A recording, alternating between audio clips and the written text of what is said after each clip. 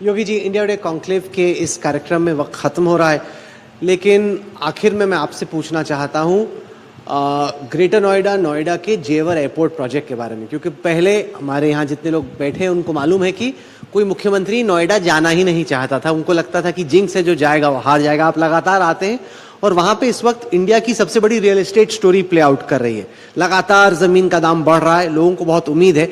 आप थोड़ा एक्सप्लेन करें कि एक तो जेवर एयरपोर्ट क्या आपको लगता है कि वक्त पे वहां से उड़ान भरेगा, और दूसरा उस पूरे जोन में जो आपका एक विजन था इंडस्ट्रियलाइजेशन का कि इंडस्ट्री लगे, अलग अलग लोग जमीन ही लेके बैठे हैं, या आपको लगता है कि वाकई में उद्योग भी लगेगा? देखिए, जेवर भारत का सबसे बड़ा एयरपोर्ट बन रहा है। हमने जेवर एयरपोर्ट के लिए 12,000 एकड़ लैंड उपलब्ध करवाई है। दिल्ली का international airport, Indira Gandhi international airport 2,000 एकड़ में है। आप स्केल का अंदाजा लगा सकते हैं।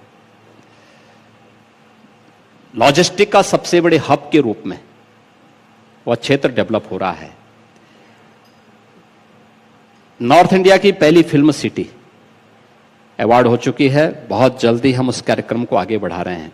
जेवर में ट्रायल लैंडिंग हमारी प्रारंभ हो चुकी है, और जैसे ही हमें डीजीसीए क्लियरेंस देगा, एयरपोर्ट अथॉरिटी अपने वहाँ के लिए ओके करेगा, वहाँ पे एयरपोर्ट हमारा आगे कार्य करना प्रारंभ कर देगा।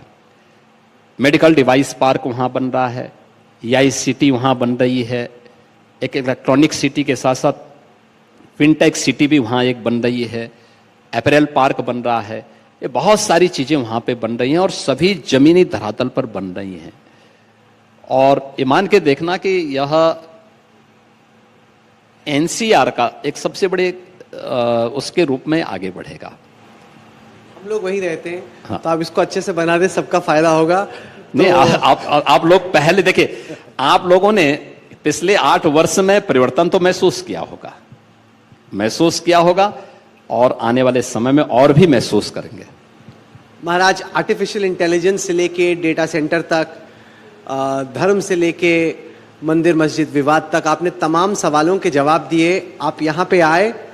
महाराज, दिल्ली बहुत कम आते हैं और दिल्ली में आके पब्लिक कार्यक्रम तो बहुत ही कम करते हैं, तो हम लोगों को वाकई में सौभाग्य लगता है कि आप आए, आप जुड़े हमारे साथ, तमाम सवालों के जवाब दिए। एक दफ़ा योगी जी ने या उनकी टीम में किसी ने ये नहीं कहा कि ये पूछो, वो मत पूछो, ऐसा करना वैसा मत करना। तो जो सवाल पूछने थे वो सारे आपसे पूछे गए। आप यहाँ जुड़े हमारे साथ इस कार्यक्रम की आपने